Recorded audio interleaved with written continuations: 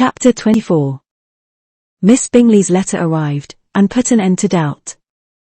The very first sentence conveyed the assurance of their being all settled in London for the winter, and concluded with her brother's regret at not having had time to pay his respects to his friends in Hertfordshire before he left the country. Hope was over, entirely over, and when Jane could attend to the rest of the letter, she found little, except the professed affection of the writer, that could give her any comfort. Miss Darcy's praise occupied the chief of it.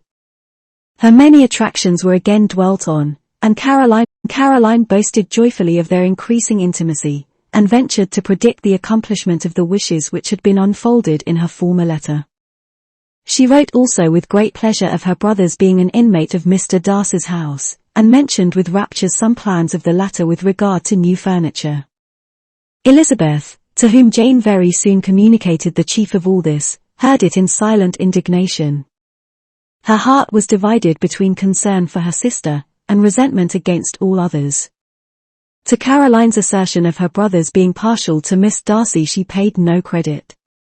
That he was really fond of Jane, she doubted no more than she had ever done, and much as she had always been disposed to like him, she could not think without anger, hardly without contempt, on that easiness of temper, that want of proper resolution, which now made him the slave of his designing friends, and led him to sacrifice of his own happiness to the caprice of their inclination. Had his own happiness, however, been the only sacrifice, he might have been allowed to sport with it in whatever manner he thought best, but her sister's was involved in it, as she thought he must be sensible himself. It was a subject, in short, on which reflection would be long indulged, and must be unavailing. She could think of nothing else, and yet whether Bingley's regard had really died away, or was suppressed by his friend's interference, whether he had been aware of Jane's attachment, or whether it had escaped his observation, whatever were the case, though her opinion of him must be materially affected by the difference, her sister's situation remained the same, her peace equally wounded.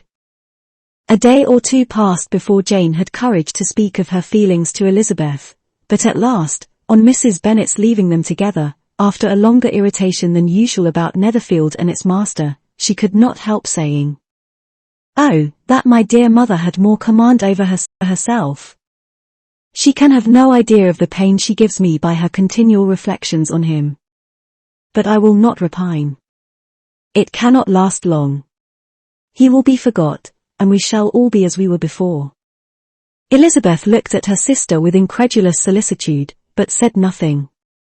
"You doubt me," cried Jane, slightly colouring. "Indeed, you have no reason. He may live in my memory as the most amiable man of my acquaintance, but that is all. I have nothing other to hope or fear, and nothing to reproach him with. Thank God! I have not that pain. A little time, therefore, I shall certainly try to get the better." With a stronger voice she soon added, "I have this comfort immediately, that it has not been more than an error of fancy on my side, and that it has done no harm to anyone but myself." "My dear Jane," exclaimed Elizabeth, "you are too good. Your sweetness and disinterestedness are really angelic. I do not know what to say to you.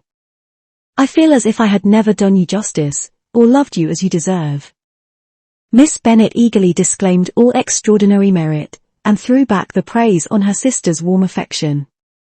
"Nay," said Elizabeth, "this is not fair. You wish to think all the world respectable, and are hurt if I speak ill of anybody. I only want to think you perfect, and you set yourself against it. Do not be afraid of my running into any excess, of my encroaching on your privilege of universal goodwill. You need not. There are few people whom I really love, and still fewer of whom I think well. The more I see of the world, the more am I dissatisfied with it, and every day confirms my belief of the inconsistency of all human characters, and of the little dependence that can be placed on the appearance of merit or sense. I have met with 2 instances lately, one I will not mention, the other is Charlotte's marriage. It is unaccountable. In every view it is unaccountable. My dear Lizzie, do not give way to such feelings as these. They will ruin your happiness. You do not make allowance enough for difference of situation and temper. Consider Mr. Collins's respectability, and Charlotte's steady, prudent character.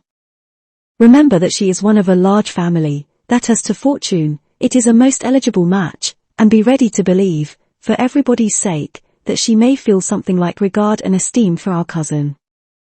To oblige you, I would try to believe almost anything, but no one else could be benefited by such a belief as this, for were I persuaded that Charlotte had any regard for him, I should only think worse of her understanding than I now do of her heart. My dear Jane, Mr. Collins is a conceited, pompous, narrow-minded, silly man, you know he is, as well as I do, and you must feel, as well as I do, that the woman who married him cannot have a proper way of thinking. You shall not defend her, though it is Charlotte Lucas. You shall not, for the sake of one individual, change the meaning of principle and integrity, nor endeavor to persuade yourself or me, that selfishness is prudence, and insensibility of danger security for happiness. I must think your language too strong in speaking of both, replied Jane, and I hope you will be convinced of it by seeing them happy together. But enough of this. You alluded to something else. You mentioned 2 instances. I cannot misunderstand you, but I entreat you, dear Lizzie, not to pain me by thinking that person to blame, and saying your opinion of him is sunk. We must not be so ready to fancy ourselves intentionally injured. We must not expect a lively young man to be always so guarded and circumspect. It is very often nothing but our own vanity that deceives us. Women fancy admiration means more than it does. And men take care that they should. If it is designedly done, they cannot be justified, but I have no idea of there being so much design in the world as some persons imagine. I am far from attributing any part of Mr. Bingley's conduct to design, said Elizabeth, but without scheming to do wrong, or to make others unhappy, there may be error, and there may be misery. Thoughtlessness, want of attention to other people's feelings, and want of resolution, will do the business. And do you impute it to either of those? Yes, to the last. But if I go on, I shall displease you by saying what I think of persons you esteem. Stop me whilst you can. You persist, then, in supposing his sisters influence him. Yes, in conjunction with his friend. I cannot believe it. Why should they try to influence him? They can only wish his happiness, and if he is attached to me, no other woman can secure it. Your first position is false. They may wish many things besides his happiness. They may wish his increase of wealth and consequence. They may wish him to marry a girl who has all the importance of money, great connections, and pride. Beyond a doubt, they do wish him to choose Miss Darcy, replied Jane, but this may be from better feelings than you are supposing. They have known her much longer than they have known me, no wonder if they love her better. But, whatever may be their own wishes, it is very unlikely they should have opposed their brothers. What sister would think herself at liberty to do it, unless there was something very objectionable? If they believed him attached to me, they would not try to part us. If he were so, they could not succeed. By supposing such an affection, you make everybody acting unnaturally and wrong, and me most unhappy. Do not distress me by the idea. I am not ashamed of having been mistaken, or, at least, it is light, it is nothing in comparison of what I should feel in thinking ill of him or his sisters. Let me take it in the best light, in the light in which it may be understood. Elizabeth could not oppose such a wish, and from this time Mr. Bingley's name was scarcely ever mentioned between them. Mrs. Bennet still continued to wonder and repine at his returning no more, and though a day seldom passed in which Elizabeth did not account for it clearly, there was little chance of her ever considering it with less perplexity. Her daughter endeavoured to convince her of what she did not believe herself, that his attentions to Jane had been merely the effect of a common and transient liking, which ceased when he saw her no more, but though the probability of the statement was admitted at the time, she had the same story to repeat every day.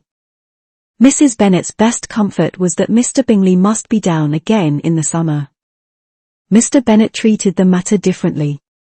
"So, Lizzie," said he one day, "your sister is crossed in love, I find. I congratulate her. Next to being married, a girl likes to be crossed a little in love now and then. It is something to think of, and it gives her a sort of distinction among her companions. When is your turn to come? You will hardly bear to be long outdone by Jane. Now is your time. Here are officers enough in Meryton to disappoint all the young ladies in the country. Let Wickham be your man. He is a pleasant fellow, and would jilt you creditably. Thank you, sir, but a less agreeable man would satisfy me. We must not all expect Jane's good fortune. True, said Mr. Bennet, but it is a comfort to think that whatever of that kind may befall you, you have an affectionate mother who will make the most of it. Mr. Wickham's society was of material service in dispelling the gloom which the late perverse occurrences had thrown on many of the Longbourn family. They saw him often, and to his other recommendations was now added that of general unreserve.